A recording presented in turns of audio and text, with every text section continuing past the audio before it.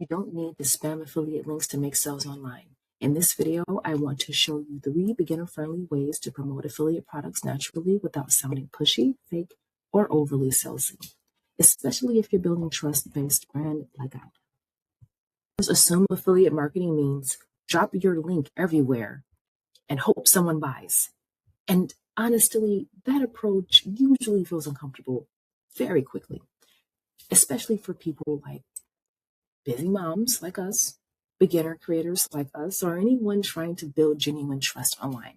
Again, us. I'm hoping you all, my followers, are relating to that message. Because deep down, most of us don't want to pressure people constantly. We want to help. We want to share resources and create value. That's why the best affiliate content usually focuses on solving problems first. The sell becomes secondary. And once I understood that, affiliate marketing started feeling less awkward mentally. Method number 1, the how-to tutorial. This is probably my favorite method for beginners. Instead of saying, here's my affiliate link, you can create content showing how the product solved a specific problem. For example, instead of sign up for MailerLite, you make content like how I built my beginner website using MailerLite, how I started my email list as a beginner, or how I organize my business with MailerLite. And these videos will be coming to you guys soon. I'm definitely making separate videos on this. And if you think it would help you, type in the comment section MailerLite tutorials, just to let me know that you too would want to see those videos. But do you see the difference?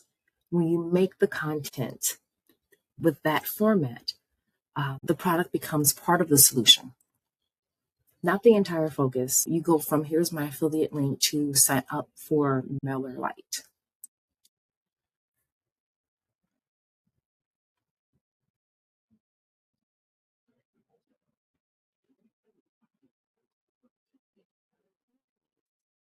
Get through the screens here. I might have gone too fast. All right, there we go. So this works really well on YouTube, blogs, Pinterest, and searchable content. As you guys may or may not already know, YouTube is YouTube as the search engine. Google is the first, YouTube being the second. So that can help drive your audience to your website, to your content. Pinterest is another good one as well. Has an amazing search engine, and a lot of people use Pinterest to drive their audience to their content. Blogs, which is something that I've recently started. If you haven't had a chance to already, again, the links are in the description below, so you would be able to sign up to the newsletter, and I do have a website as well where I go in more depth on some of the topics that I touch on.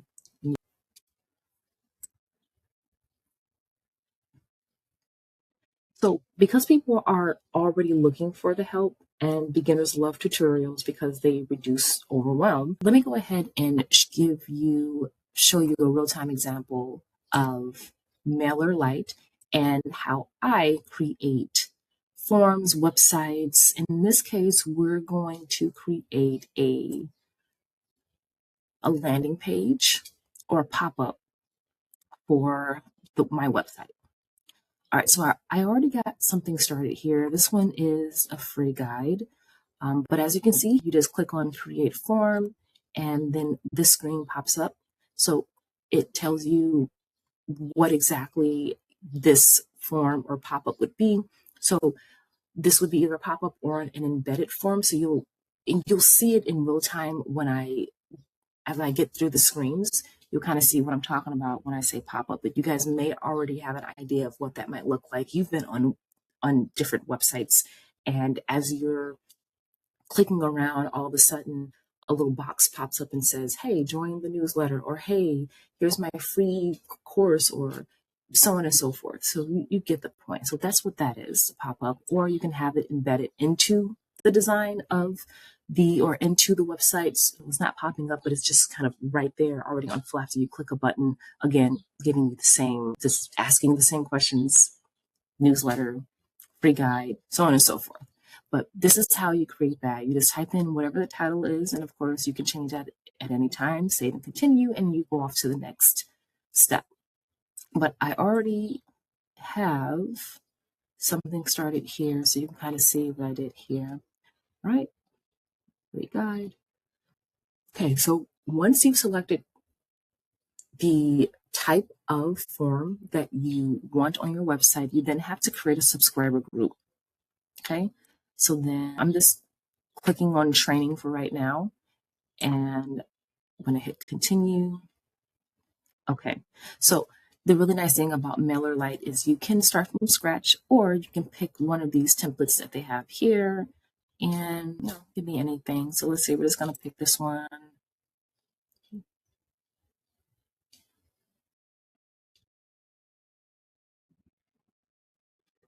Let it load.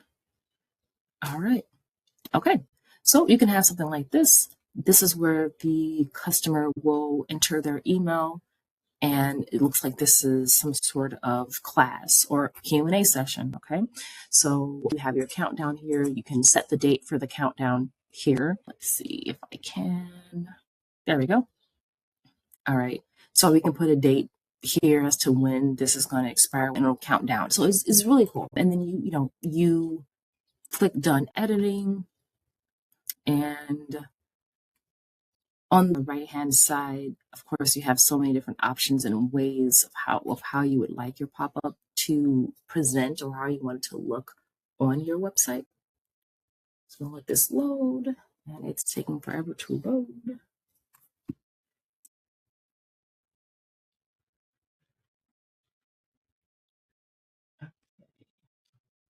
Okay, so then this right here is your trigger. So again, that pop-up won't, depending on how you set it up, you can have it wait a number of seconds before it shows up. Or if someone is scrolling through your main page and they get about 50%, 75%, or if they get all the way down to the bottom of your page, then the pop-up will appear.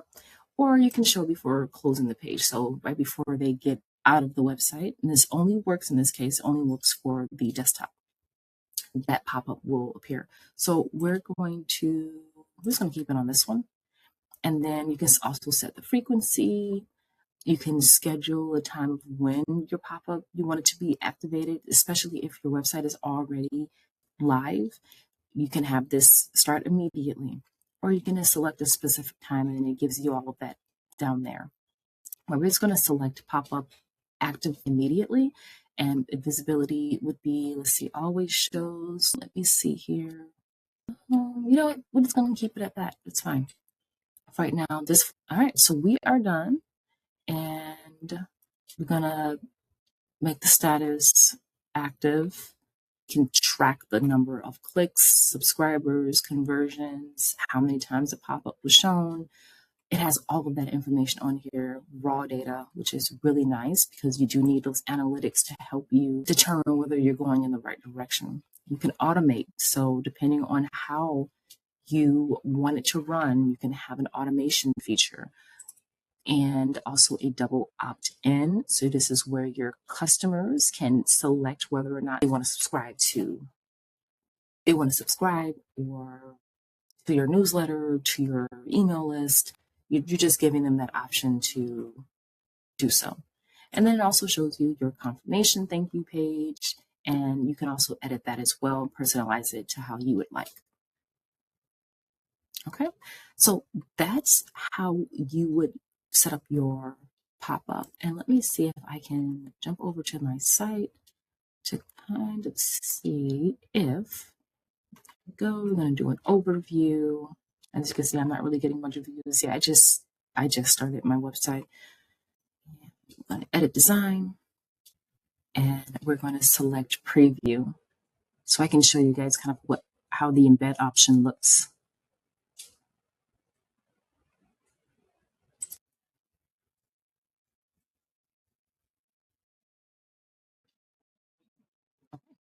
So we scroll here. Let me see if I scroll.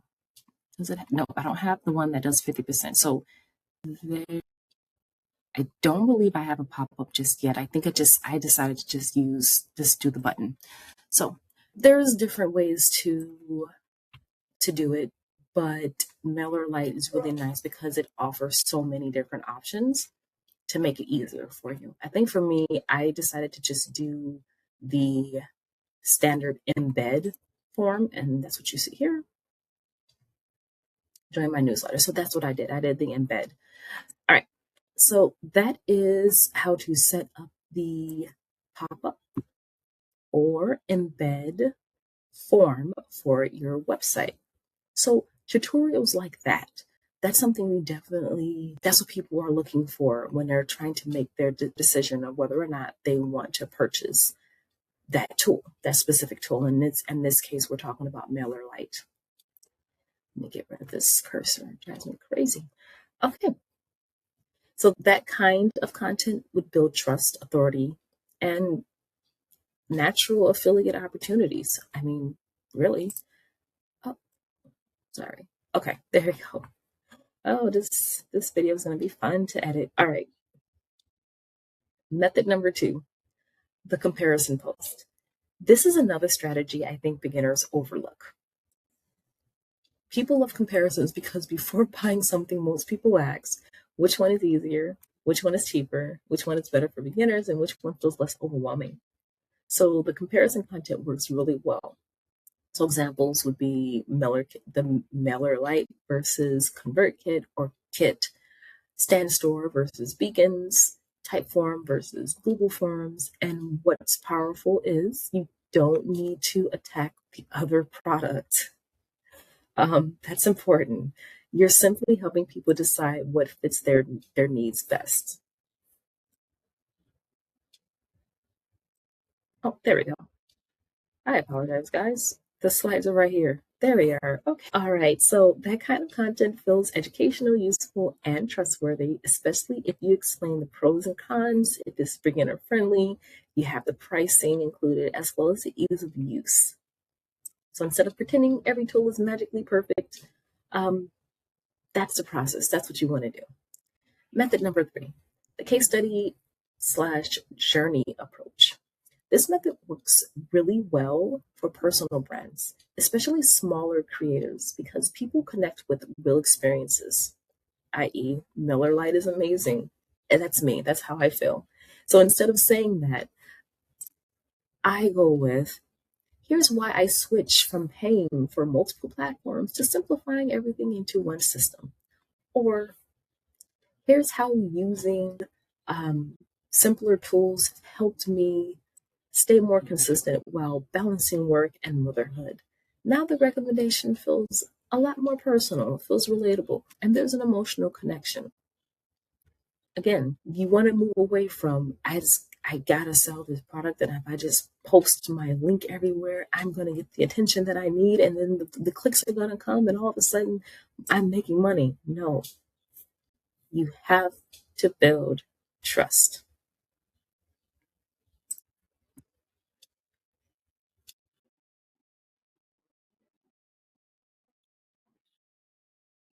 All right, and let me just skip through here. Okay. Oh, did I? Okay. I apologize, guys. Let me go back. Okay. So this is especially powerful for the beginners audiences. People want to see realistic use cases, real workflows, and practical examples, not just polished marketing. And the beautiful thing is you don't need giant results yet. You can document lessons, progress, setup, mistakes, and beginner wins while still learning in real time. That's one of the biggest advantages smaller creators have right now.